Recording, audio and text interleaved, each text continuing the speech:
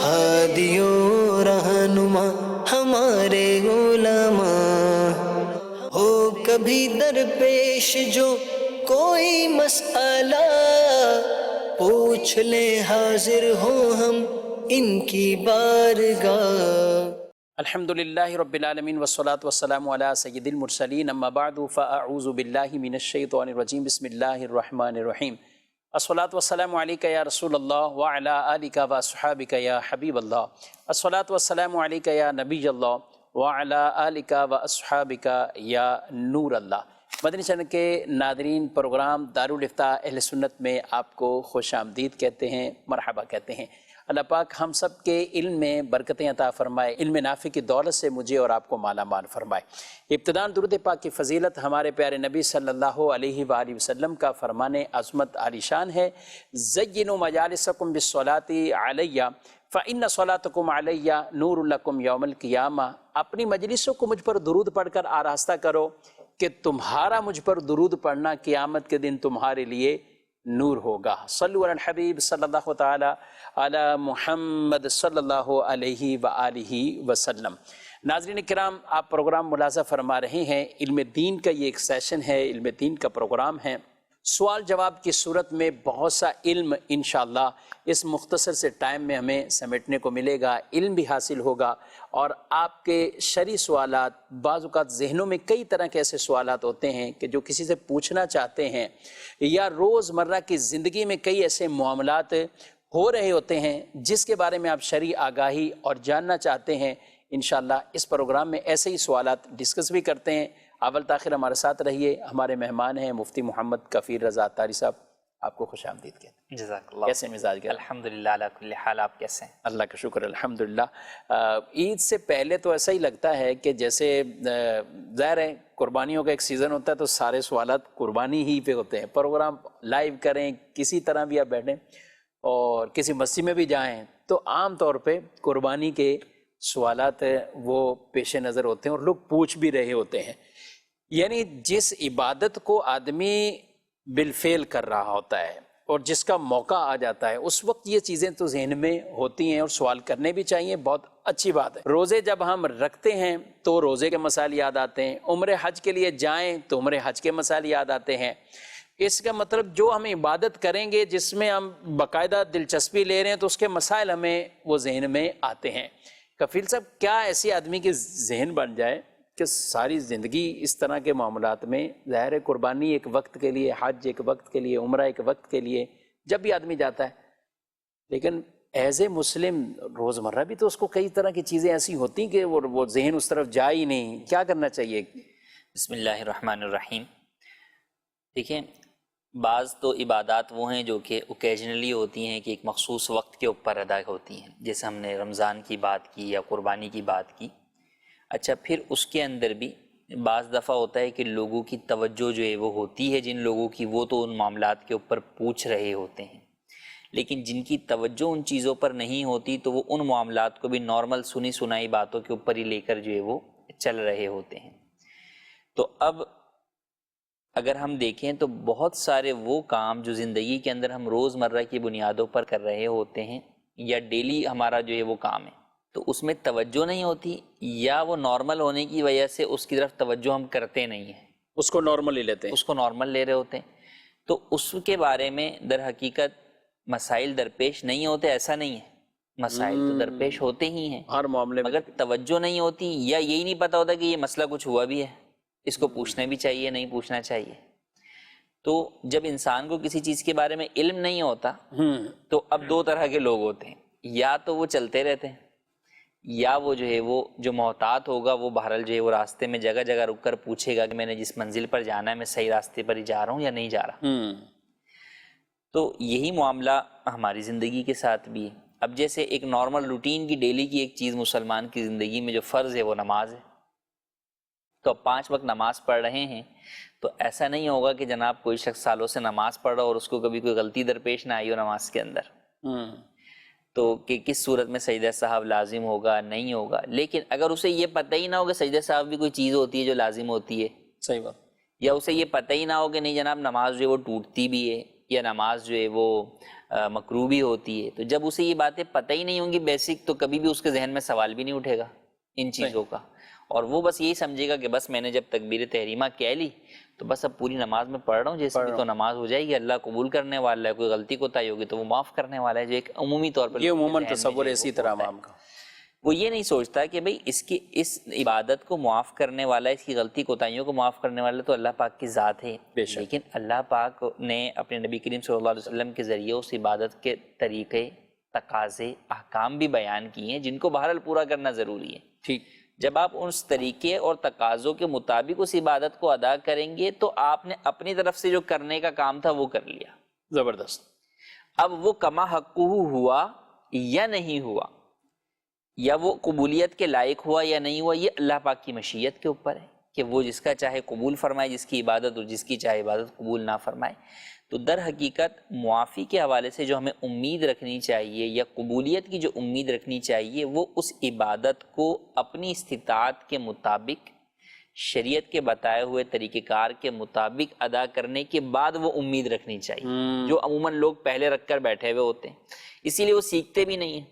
یعنی کئی لوگ اس کا یہ عذر بھی دیتے ہیں، یار پوچھیں گے تو ہو سکتا ہے کوئی ایسی بات پتہ چل جائے جس کا کرنا لازم ہو جائے ہم پر، یا پچھلی نمازوں کا ہمارا مسئلہ ہو جائے تو وہ دہرائے گا کون. تو اس بنیاد پر وہ سمجھ رہے ہوتے ہیں بھائی جب تک پوچھے نہیں ہے اس وقت تک ہم عافیت کے اندر ہیں. بلکہ معاذ اللہ بات تو یہ سوچ شاید بنائے ہوتے ہیں، پوچھیں گے پھنس جائیں گے. ہاں، ڈاکٹر کے پاس بھی جاتے ہوئے ایک طبقہ ایسا ہے کہ پوری مرض کی علامات بھی واضح ہیں، کیونکہ آپ کوئی مشورہ دے دیتا ہے کہ آپ کوئی لیب میں جائیں، ڈاکٹر سے ٹیسٹ لکھوائیں، آپ چیک اپ کروائیں، آپ کو شاید یہ شوگر کا عرضہ ہے، یا شاید آپ فلاں مرض کی طرف آپ جا رہے ہیں، کیونکہ یہی علامات اس کی عام طور پہ بتائی جاتی ہیں. لیکن وہ نہیں جاتے، یا ڈاکٹر کے پاس جائیں گے تو وہ کچھ بتا دیں گے. اب بتا دیں گے تو دو ڈر ہوتے ہیں، دوائی لکھ کر دے دیں گے اور کچھ کھانے پینے میں بند کر دیں گے. جی. تو کھانے پینے میں بندش لگے گی، اور یہ اس ڈر کی وجہ سے وہ وہاں نہیں جاتے. یہ سراسر اپنا ہی نقصان کر اپنے ہی نقصان کر اپنا ہی. تو دین میں بھی یہی، دین میں اس سے زیادہ ہے کہ یہاں جو دنیا کا نقصان ہے یہ تو دنیا کے اندر ہی ہے. اب آپ کو اگر دنیا میں یہ پتہ چل گیا کہ بھئی آپ کی پچھلی 5 سال کی نمازیں نہیں ہوئیں، صحیح، آپ کے پاس پڑھنے کا موقع تو ہے، توبہ کا موقع بھی ہے. لیکن اگر یہی بات جب آپ کو نامہ اعمال کل قیامت کے دن دیا جائے گا، اور اس دن آپ تو اس گمان میں کہ میں نے تو پوری زندگی کبھی نماز جو ہے وہ چھوڑی نہیں ہے، اور وہاں جب نامہ اعمال کھلتا ہے تو پتہ چلا کوئی نماز ہی نہ ہو وہاں پر، اور بعد میں یہ پتہ لگے کہ جناب جو نماز کا اہم فرض تھا آپ تو اس چیز کو فالو ہی نہیں کر رہے تھے. صحیح. تو لہٰذا نمازیں آپ کی ہوئی نہیں. تو اب وہاں پر کیا کریں گے؟ آپ کچھ بھی نہیں کر سکتے. اب تو آپ نہ توبہ وہاں پر جو ہے وہ ہوگی، نہ جو ہے وہ آپ ان عبادات کی ادائیگی کر سکیں گے کسی طریقے سے. تو یہ دنیا کے معاملات کے اعتبار سے، صحت کے معاملات کے اعتبار سے جو آپ نے ذکر کیا، آخرت کا معاملہ زیادہ خطرناک ہے. زیادہ خطرناک ہے. تو لہٰذا کبھی بھی یہ سوچ کر آپ مفتی کے پاس نہ جائیں یا کسی عالم دین سے مسئلہ نہ پوچھیں کہ نہیں یار مسئلہ پوچھ کر پھنس جائیں گے ہم. یہ سراسر جو ہے وہ بے وقوفی ہے، اور یہ شیطان کا وسوسہ ہے کہ وہ آپ کو اس غلط کام پر لگائے رکھنا چاہتا ہے. تو لہٰذا ہمیں یہ چاہیے کہ جو روزمرہ کے بھی امور ہیں، نماز ہے، اسی طرح جو ہمارے حقوق اللہ ہیں، حقوق العباد ہیں، کاروبار کر رہے ہیں یا نوکری کر رہے ہیں، جاب کر رہے ہیں، اس کے جو بھی شرعی احکام اور مسائل ہیں ان کو جو ہے وہ جانیں. اسی طریقے سے جو انسان کے اپنے روزمرہ امور میں جو گناہوں میں مبتلا ہونا ہے، غیبت کے اندر، جھوٹ کے اندر، بہتان کے اندر، ان سب چیزوں کو جب تک جانیں گے نہیں کہ بھئی غیبت کہتے کسے ہیں. تو کئی دفعہ وہی ہوتا ہے کہ جب لوگوں کو پتہ نہیں ہوتا تو وہ کہتے ہیں سچ بات تو بول رہا ہوں بھائی. تو بھائی سچ بول رہے ہیں جبھی تو غیبت ہے. آپ کسی کی پیٹھ پیچھے برائی، آپ سچی برائی بیان کر رہے ہیں جبھی تو غیبت ہے. اگر آپ جھوٹی برائی بیان کریں گے تو وہ تو بہتان ہو جائے گا. صحیح بات. تو یہ بہت سارے امور ایسے ہیں کہ در حقیقت ان چیزوں کی طرف توجہ لوگوں کی جو ہے وہ نہیں ہوتی. تو لہٰذا توجہ کے لیے سب سے پہلے یہی ہے کہ علم دین حاصل کرنا ہوگا. اور اس کے مختلف ذرائع ہیں کہ آپ جب ایک کتاب پڑھتے ہیں، کسی بھی ٹاپک کے اوپر آپ ایک کتاب پڑھیں، نماز کے اوپر آپ نے نماز کی کتاب پڑھی تو اب سوالات آپ کے ذہن میں اٹھنا شروع ہوں گے کہ یار اس میں تو یہ بات لکھی ہوئی، ایک دن میں نماز پڑھ رہا تھا تو ایسا ہو گیا تھا میرے ساتھ، تو اب میرے لیے کیا حکم ہوگا. تو اب آپ کے سوال اٹھا، اب آپ پوچھنے آئیں گے مفتی صاحب کی طرف، اس سوال کا جواب ملے گا تو آپ کو جو فائدہ ہوگا. اچھا، مدنی چینل کے سلسلے کا بھی مقصد یہی ہے کہ ہم سے تو یہاں 30-40 منٹ کے اندر تو جو ہے وہ مشکل سے 20 سوالات شاید ہوتے ہوں گے. بہت اچھی ایوریج ہے ہاں کہ اگر آدمی سوچے 40 منٹ کے بھی ایک کلاس کے اندر جی 20 شرعی مسائل اور مختلف جہتوں سے. جی تو میں یہ کہہ رہا ہوں کہ اب ہم سے جو عمومی طور پہ جو دارالفتہ میں لوگ سوال کرتے ہیں وہ اس سے کہیں زیادہ ہے. کہیں زیادہ. یہاں پر سلسلہ لائیو کرنے کا مقصد ہی یہی ہوتا ہے کہ بھئی ان 20 سوالوں کے ذریعے سے کتنے لوگوں کے ذہنوں میں مزید سوالات پیدا ہوئے ہیں کہ وہ یہ سوچتے ہیں اچھا اس بات کا تو یہ جواب دیا, اس سے ملتا جلتا مسئلہ تو میرا بھی ہے, میرے سے بھی یہ غلطی ہوئی ہے یا میں نے بھی یہ کام کیا ہے. تو لہٰذا در حقیقت یہ سلسلہ جہاں آپ کو علم دین فراہم کرتا ہے وہیں آپ میں اویئرنیس پیدا کرتا ہے. بالکل بالکل کہ جناب وہ کون سی چیزیں ہیں جس کے بارے میں ہمیں پوچھنا چاہیے, سوچنا چاہیے, سمجھنا چاہیے. تو لہٰذا ان سلسلوں کے ذریعے سے ہمیں یہ علم دین حاصل بھی ہوتا ہے اور ساتھ ہی ساتھ ہمیں بہت سارے اور سوالات ہمارے ذہنوں میں پیدا ہوتے ہیں. اور جب وہ آپ کے ذہنوں میں پیدا ہو ناظرین تو میں یہ عرض کروں گا کہ اس کے لیے ہچکچاہٹ نہ کریں. ہو سکتا ہے کہ آپ جو ہے وہ چینل کے اوپر کال کرتے ہوئے جو ہے وہ ہچکچا رہے ہوں جی, تو آپ نے اگر مسئلہ پوچھنا ہے تو آپ چینل پہ بھی پوچھ سکتے ہیں. اور اگر آپ چینل پہ نہیں آنا چاہتے, آپ اپنی آواز تک شیئر نہیں کرنا چاہتے, تو آپ دارالفتہ اہل سنت کے فون نمبرز کے اوپر جو ہے وہ آپ فون کر کے جو ہے وہ مسئلہ پوچھ سکتے ہیں. دارالفتہ اہل سنت میں بالمشافہ آپ آ کر بھی جو ہے وہ ملاقات کر سکتے ہیں. اور ایسا نہیں کہ آپ دارالفتہ اہل سنت میں جب آ کر اپنا مسئلہ ڈسکس کرتے ہیں تو کوئی اس کی ویڈیو ریکارڈنگ ہوتی ہے. کئی لوگ ایسا ہوتا ہے بس اوقات آ کر پوچھتے ہیں کہ بھائی آپ ریکارڈنگ تو نہیں کر رہے. کچھ یہ بھی سمجھ ہوتا ہے کہ جیسے ہم دارالفتہ میں بیٹھ کے ڈائریکٹ لائیو, ہاں ڈائریکٹ لائیو ہیں. تو دارالفتہ میں بیٹھ کے میں فون بھی سن رہا ہوں, جو دارالفتہ کی ہماری فون سروس ہے. ناظرین کرام یہ آپ نمبر اسکرین پر بھی ملاحظہ فرما رہے ہیں. تو یہ بھی مختلف دارالفتہ کے جو برانچ ہیں ان کے اندر یہ فون باقاعدہ سنا جاتا ہے. اور یہ ایک خصوصیت ہے اس سروس کی کہ اس پر جواب دینے والا کبھی کراچی سے, کبھی لاہور سے, کبھی فیصل آباد, کبھی سرگودا. کیا خیال ہے جی, مختلف اوقات ہیں اور ان اوقات کے مطابق ان نمبرز پر وہ جوابات دیے جاتے ہیں. اچھا اس پہ بھی لوگ پوچھتے ہیں بعض اوقات آپ لائیو تو نہیں جا رہے ہیں, جی آپ یہ لائیو ہماری کال تو نہیں چلا رہے ہیں. تو ایسا نہیں, ہچکچاہٹ جیسا مجھ نے کہا کہ کوئی ہچکچاہٹ والی بات بھی نہیں ہے. آپ کا سوال ہمارے لیے امانت ہے, آپ کی رہنمائی جو لی وہ بھی امانت ہے.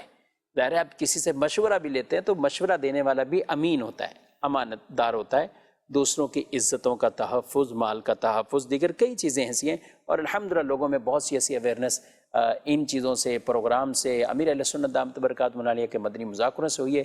تو یہ تمہید آج جو ہم نے باندھی ہے تو یہ اس لیے تمہید کے طور پہ گفتگو کی, کہیں ایسا نہ ہو کہ لوگ سمجھے قربانی گئی تو اب اس کے بعد بقیہ جو ہے وہ اب تو کوئی مسئلہ ہی نہیں ہمارے لیے, کوئی شرعی مسائل ہی نہیں ہے, بس ملکی مسائل ہیں یا معاشی مسائل ہیں یا کچھ قانونی مسائل ہیں, پیچیدگیاں ہیں, بقیہ کوئی مسائل نہیں. مسائل اور بھی ہیں, شرعی دینی مسائل بھی ہیں. اس کی بھی ہمیں ضرور اویئرنیس لینی چاہیے. اور جو اس پر عمل کرتے ہیں اللہ پاک ان کو جزائے خیر دے اور علم دین سیکھنے والا ہی ہمیں ہمیشہ بنائے اور علم نافع بھی عطا فرمائے. بڑھتے ہیں ناظرین آپ کے سوالات کی طرف, دیکھتے ہیں کیا پوچھنا چاہتے ہیں. میرا نام عاطف ہے. میرا سوال یہ ہے کہ آج کل سوشل میڈیا کا دور ہے تو لوگ گیمز کے اکاؤنٹ بنا کر سیل کرتے ہیں, یوٹیوب پہ چینل بھی سیل کرتے ہیں, تو کیا اس سے ارننگ جائز ہے؟ ارننگ کے جہاں مختلف ذرائع ہیں, عام طور پہ جب کسی کی دکان چل جاتی ہے تو وہ بھی گڈ ول کے نام پر جو ہے وہ اس کو, اگرچہ وہ دکان کرائے پر ہوتی ہے لیکن جب وہ وہاں سے جو ہے وہ اپنا کاروبار ختم کرتا ہے, دوسرے کو دیتا ہے, تو وہ گڈ ول کے نام کے اوپر جو ہے وہ پیسے لیتا ہے. تو گڈ ول کے نام پر پیسے لینا یہ جائز جو ہے وہ نہیں ہے. ہاں وہ دکان کا فرنیچر وغیرہ اسے بیچ دے تو وہ ایک جدا جو ہے وہ صورت ہے. پر جو آپ نے سوال کیا ہمارے سائل نے, یہ ہے کہ گیم کا اکاؤنٹ بنا لینا, اس کے اوپر آپ کی ایک ویورشپ ہو گئی یا جو ہے وہ اس کے اوپر آپ کے کوئنز زیادہ ہو گئے, اس کے اسکور جو بھی یا وہ نمبر ہیں زیادہ ہو گئے, اب یہ بیچنا, تو یہ در حقیقت عمومی طور پر دیکھیں گیم تو واضح طور پر ناجائز ہے. ٹھیک, تو ایک ناجائز کام وہ خود کر رہا تھا تو اب اسی کا پلیٹ فارم آگے جو وہ بیچ رہا ہے تو یہ گناہ کی چیز ہی جو ہے وہ بیچ رہا ہے, گناہ کا پلیٹ فارم جو ہے وہ سامنے والے کو بیچ رہا ہے, تو ہرگز جائز نہیں ہے. کیونکہ بہرحال گیم جو ہے وہ موسیقی سے خالی نہیں ہوتے, تو میوزک بھی اس کے اندر ہوتا ہے. کئی گیم وہ ہیں جس کے اندر جو ہے وہ بے پردہ جو ہے وہ تصویریں بھی جو ہے وہ ہوتی ہیں. بہرحال اس کو کھیلنا جائز نہیں ہے. یہ دونوں چیزیں نہ بھی ہوں تو بھی بہرحال گیم جو ہے ویڈیو گیم جس طریقے سے ہمارے ہاں رائج ہیں ان کا کھیلنا کسی بھی صورت میں جائز نہیں ہے کہ شریعت مطہرہ لہو و لعب سے منع فرماتی ہے. اور بھی کئی اس میں بے پردگی اور میوزک اور کئی چیزیں جو ہے وہ اس میں ناجائز ہوتی ہیں. جی مزید سوال. مفتی صاحب سے میرا سوال یہ ہے کہ اگر بچہ دودھ نکالے یا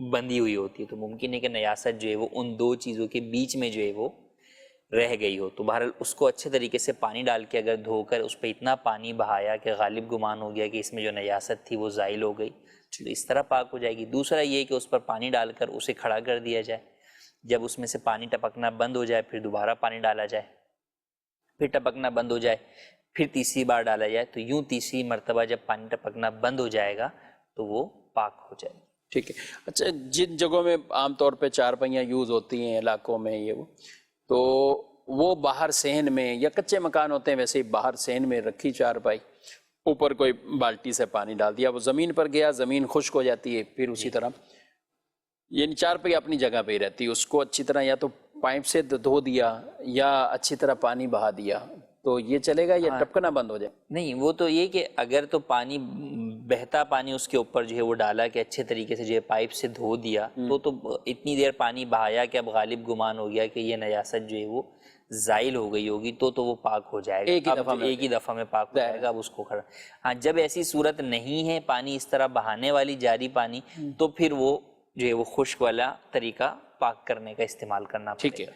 اچھا, آگے مزید اسی کے اوپر سوال کچھ کہ بیڈ ہے, چارپائی ہیں, کچھ اور بستر ہوتے ہیں ایسے ناپاک ہو گئے کسی وجہ سے, دھو بھی نہیں سکتے اب ان کو, یا دشواری بہت ہے یا چیز ہی خراب ہو جائے گی, گدے ہیں یا کچھ اور ہے, اب ان پہ کوئی موٹی چادریں بیڈ شیٹیں ڈال کر یا موٹی چادریں ڈال کر, یعنی خشک ہو چکی ہے, کوئی نجاست دوسرے کو لگ نہیں رہی, اس پر بیٹھ کر درود پڑھ رہے ہیں, باوضو بیٹھ رہے ہیں, کوئی مسئلہ ہے اس میں؟ نہیں, اس میں حرج نہیں ہے. پاک کوئی چادر اس کے اوپر اگر بچھا لی گئی جبکہ وہ نیچے خشک ہو گیا ہے تو اب ایسی صورت میں آپ اس کے اوپر جو ہے وہ بیٹھ کر تلاوت قرآن کریم بھی کر سکتے ہیں, ذکر و اذکار تسبیحات بھی پڑھ سکتے ہیں. اگر وہاں پر سو رہے ہیں یا لیٹے ہوئے ہیں تو آپ یہ تمام اپنے اذکار وغیرہ جاری رکھ سکتے ہیں. جبکہ آپ پاک چادر بچھا لیتے ہیں تو پھر جو ہے وہ ناپاکی والی جگہ شمار وہ نہیں ہو. جی, مزید سوال.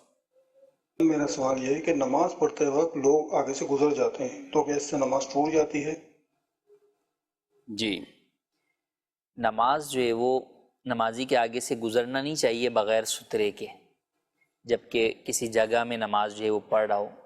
ہاں, اگر کوئی شخص کسی میدان میں جو ہے وہ نماز پڑھ رہا ہے تو پھر 3 صف کے بعد سے اس کے سامنے سے گزرا جا سکتا ہے. البتہ میدان میں نماز پڑھ رہا ہوں, میدان میں نماز پڑھ رہا ہے, یعنی صحرا ہے, کوئی صحرا ہے, بالکل جو ہے وہ کھلا جو ہے وہ ایریا ہے, تو اب ایسی جگہ پر کوئی نماز پڑھ رہا ہے تو اگر 3 صف کے بعد سے کوئی شخص جو ہے وہ گزر جاتا ہے تو گزرا جا سکتا ہے بغیر سترے کے بھی. روڈ پہ جیسے گاڑی کھڑی کی, کسی نے نماز کا ٹائم ہے, مصلی نکالا, وہیں پہ وہ نماز پڑھنے لگ جاتے ہیں. اب وہ کوئی دور سے کسی کو ادھر جانا ہے, کراس کرنا ہے, اور وہ دیکھیں نماز پڑھ رہا ہے, تو یہ بھی اس کا یہ بھی جو ہے وہ گزرا جو ہے وہ جا سکتا ہے. کسی جگہ میں ہے, کسی مکان میں, اگرچہ وہ مکان کتنا ہی وسیع ہو, صحیح, جیسے فیضان مدینہ کا صحن ہے بہت وسیع ہے, تو اب اس میں اگر کوئی بالکل آخری صف میں پڑھ رہا ہے تو بھی بہرحال آگے کتنی ہی 15-20 صفحے ہی آگے کیوں نہ ہو, بغیر سترے کے کوئی شخص جو ہے وہ نہیں گزر سکتا. آپ نے مثال دی فیضان مدینہ کی, اسی طرح بڑی بڑی مسجدیں, کراچی میں بھی بڑی بڑی مسجدیں ہیں, بعض اوقات شاید کسی کو سمجھنے میں یہ وہ مسٹیک ہو جاتی ہے یا کچھ اور معاملہ.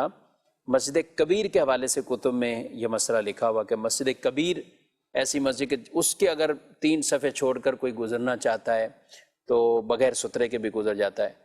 تو یہ کون سی مسجدیں مسجد کبیر کہلاتی؟ فی زمانہ اگر ہم مسجد کبیر دیکھیں تو وہ مسجد الحرام شریف اور مسجد النبوی شریف ہے, کہ یہ مسجد کبیر کے حکم کے اندر ہیں کہ ان میں اگر کوئی شخص نماز پڑھ رہا ہے تو اب آپ اس کے سامنے سے 3 صف کے بعد سے گزر سکتے ہیں بغیر سترے کے بھی. سترے کے ساتھ تو گزرا ہی جا سکتا ہے.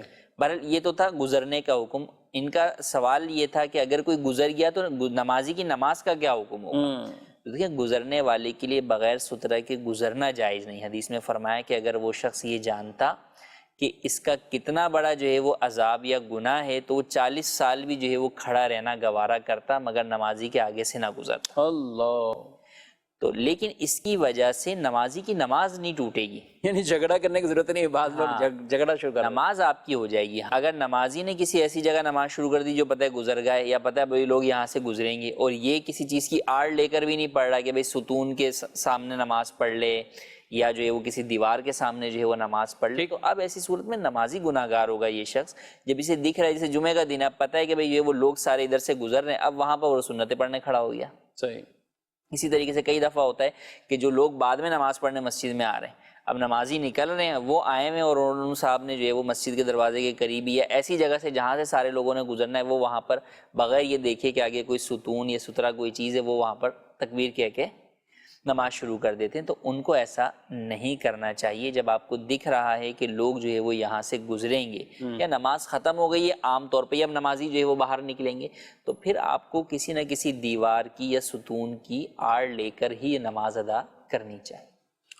بس کیا کریں، یہ کلمیہ ہے، ایسے لوگوں کو سمجھانا، میں کہتا ہوں ان کو شاید سمجھ تب آئے ان کے گھر کے باہر کوئی نہ گاڑی کھڑی کر دے اور ان کو بھی نکلنا اسی ٹائم، اور گاڑی ان کی اندر ہو گیٹ کے اور وہ نکالنی ہو ان کو باہر، تو اس وقت یہ کریں نہیں ناظرین، نہ یہ سب کسی کو ہم دعوت دے رہے، لیکن اگر کسی کے ساتھ ایسے واقع ہو جائے تو اس وقت طبیعت کیا خیال ہے کفیل صاحب کہ اس وقت غصہ کتنا ہوگا، طبیعت میں کیا کہ بس یہ ملے صحیح۔ اچھا بعض لوگ نا ایسے موقع پہ گاڑیوں کو نقصان بھی پہنچاتے ہیں، جی ایسے یعنی کسی کو پنچر کر دیں گے، ہوا نکال دیں گے، یا بات سنا ہے کہ ایسی وہ چابی مار دیں گے، کچھ ماریں گے کہ اس کی گاڑی کو نقصان بھی پہنچائیں گے۔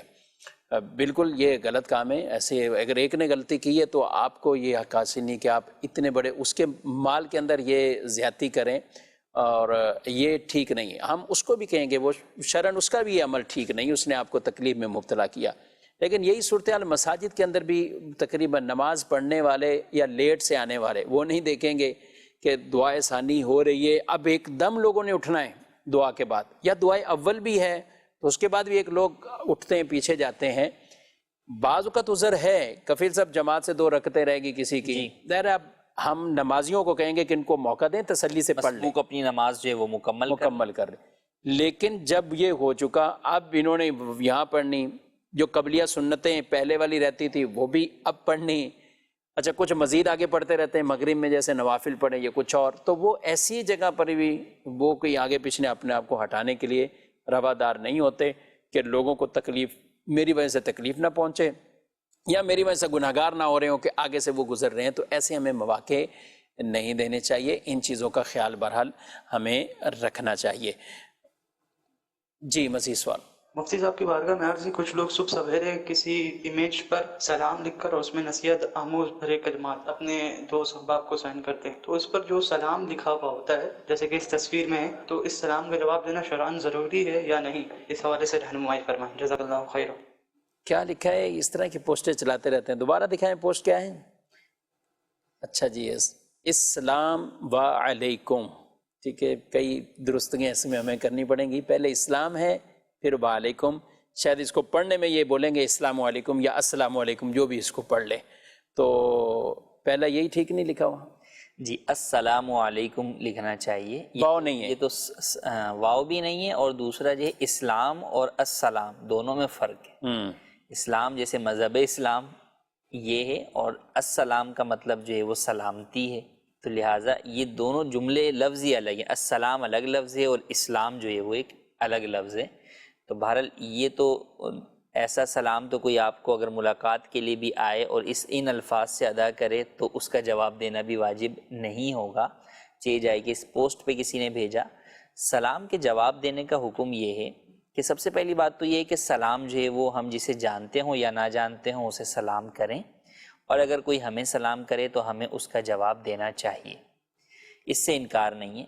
ہاں البتہ کس سلام کا جواب دینا واجب ہے کہ نہ دینے کی صورت میں آپ گناہگار ہوں گے، وہ سلام ہے کہ جو شخص آپ سے ملاقات کی غرض سے آیا ہے اور اب وہ آپ کو سلام کرتا ہے تو اس سلام کا جواب دینا واجب ہے۔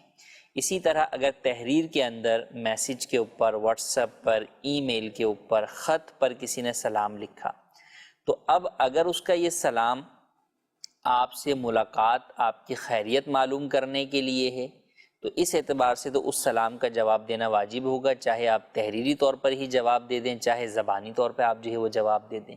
لیکن جو عام طور پہ اس طرح پوسٹوں میں یا کسی کے ساتھ بھی کوئی چیز شیئر کرتے ہوئے یا حتیٰ کہ مسئلہ پوچھتے ہوئے یا کسی سے مشورہ مانگنے کے لیے جو ہے وہ آپ نے کوئی اس سلام کیا اور اس میں آپ نے شروع میں سلام کیا، تو یہ چونکہ ملاقات کی غرض سے جو ہے وہ سلام نہیں ہے، تو اس سلام کا جواب دینا بھی واجب نہیں ہے۔ اچھا، واٹس ایپ تو ویسے ہی ملاقات نہیں ہو رہی، یہاں پہ ملاقات سے مراد کوئی خیر خیریت؟ خیر خیریت کہ خیر خیریت معلوم کرنے کے لیے اگر آپ نے واٹس ایپ کیا کہ میں جیسے آپ کو کروں کہ السلام علیکم ورحمۃ اللہ وبرکاتہ، کیسے ہیں مفتی صاحب، خیریت سے ہیں، آپ کی سنت طبیعت ٹھیک نہیں تھی، تو اگر یہ اس طرح کا ایک انداز ہے کہ اب یہ مطلب کوئی اپنے کام سے میں نہیں کر رہا کہ میں بولوں کہ جناب جو ہے وہ آپ نے سلسلے میں آنا تھا، کیا ہوا؟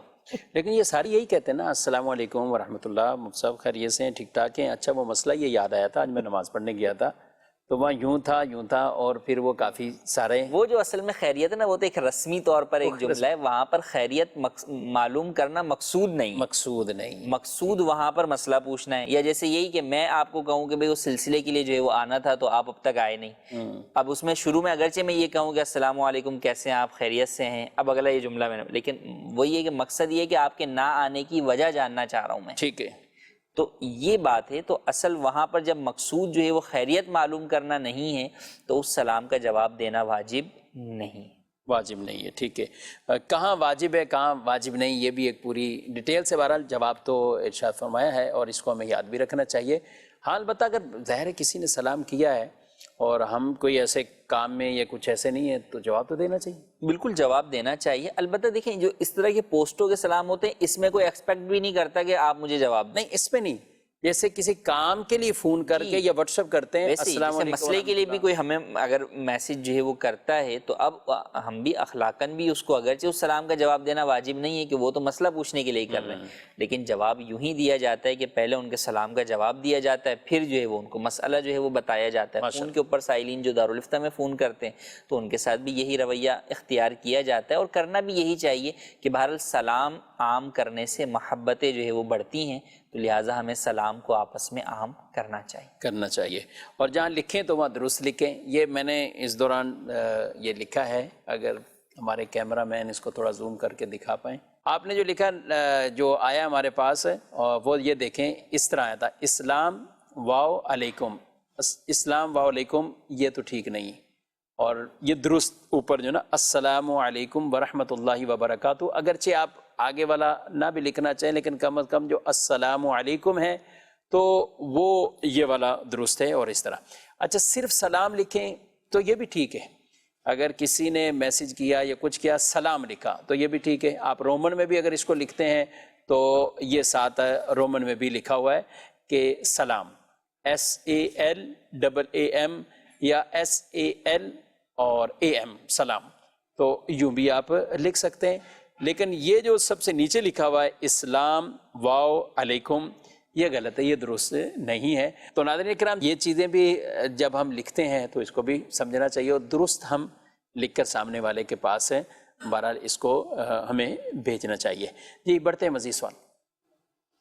میرا سوال یہ ہے کہ نمازوں کو جو فدیہ دیتے ہیں تو اس کا طریقہ بیان کرنے میں آئے گا۔ نمازوں کا جو فدیہ دیا جاتا ہے اس کا کوئی طریقہ؟ نمازوں کا فدیہ دینا کس کو ہے؟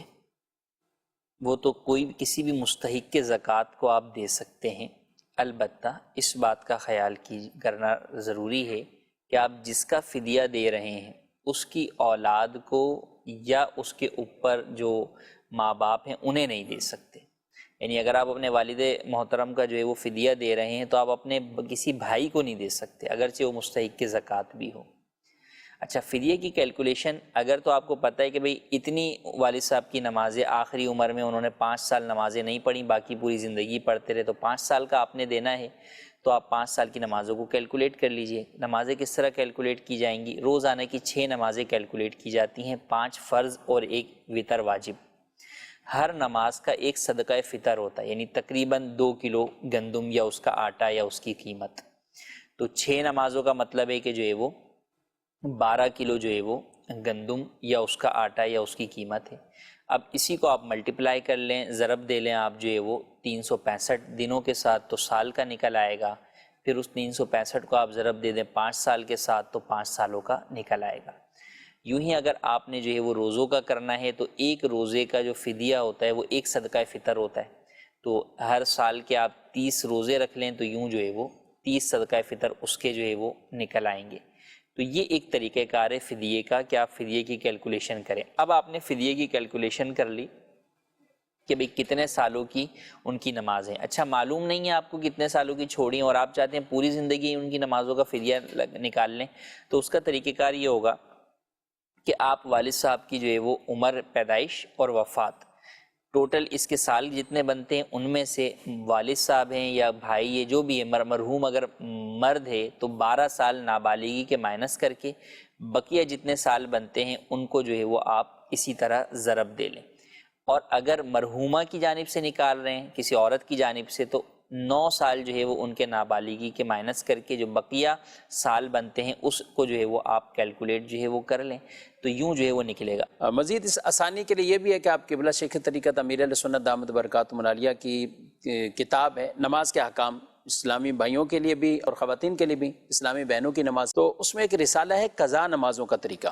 تو اس رسالے میں بھی بہت اچھے انداز سے اور پوری تفصیل اور ڈیٹیل کے ساتھ اس کے سہل اور آسان طریقے بھی ہیں۔ ظاہر ہے کئی لوگ ایسے ہوتے ہیں کہ وہ یہی سوال کرتے ہیں کہ اتنی تو گنجائش ہی نہیں ہے، تو اب اس کا کیا شرعی طریقہ ہو سکتا ہے، کتنے مال سے کیا چیز ادا ہو سکتی ہے، تو اس کے لیے آپ اس رسالے کا ضرور وہ مطالعہ کریں۔ یہاں پہ یہ کہ کس سے ادا ہو سکتی ہے یہ بھی بعض لوگ کے ذہن میں آتا ہے، بعض پوچھ رہے ہوتے ہیں کہ بھئی جو امی ابو کا مال ہے اس میں سے پہلے فدیہ ادا کریں ہم۔ جی ہاں بالکل، تو یاد رہے کہ اگر انہوں نے وصیت کی ہے کہ جناب میرے مال میں سے آپ فدیہ ادا کریں تو 1/3 ان کے مال کا تہائی حصے میں سے 33% میں سے تو آپ ان کی یہ وصیت پورا کرنا آپ پر لازم ہے۔ اگر انہوں نے وصیت نہیں کی تو پھر بات آ جائے گی کہ اگر تمام ورثہ عاقل بالغ ہیں اور وہ اجازت دیتے ہیں کہ بھئی ٹھیک ہے پہلے آپ ترکے میں سے جو ہے نا والد صاحب کا فدیہ ادا کر دیں تو آپ ادا کر سکتے ہیں۔ اگر ورثہ اجازت نہیں دیتے تو پھر ایسی صورت کے اندر آپ مال ترکہ میں سے ادا نہیں کر سکتے۔ ہاں کوئی وارث اپنے پاس سے ادا کرنا چاہے تو کر سکتا ہے۔ اگر آپ کو کیلکولیشن نکلوانی ہو تو آپ ہمارے دارالفتہ اہل سنت کی کسی برانچ پر بھی آ کر عمر وغیرہ والد کی بتا کر پوری وہ کیلکولیشن بھی ہم سے حاصل کر سکتے ہیں، پلس دعوت اسلامی کے اندر جو ہے وہ جو مالیات یا ڈونیشن کے ذمہ داران جو جمع کرتے ہیں وہ فدیے کی رقم جمع کرتے ہیں تاکہ اس کی شرعی طریقہ کار کے مطابق ادائیگی بھی کر سکیں، تو آپ ان سے بھی رابطہ کر سکتے ہیں، ان کو آپ تمام تفصیل بتائیں گے تو وہ اس کے مطابق آپ کو آگاہ کر دیں گے کہ جناب کتنی رقم بن رہی ہے، کتنی آپ دیں گے تو کس طریقے سے اس کی ادائیگی کی صورت درست طریقہ کار کے مطابق ہو سکے۔ جی ناظرین کرام، آپ نے پروگرام ملاحظہ کیا، اپنا فیڈ بیک بھی ضرور دیجیے گا۔ ہمارے پروگرام کا وقت اپنے اختتام کو پہنچا ہے، آپ سے اجازت چاہتے ہیں، فی امان اللہ۔ ہادی و رہنما ہمارے علماء، ہو کبھی درپیش جو کوئی مسئلہ، پوچھ لیں حاضر ہوں ہم ان کی بارگاہ۔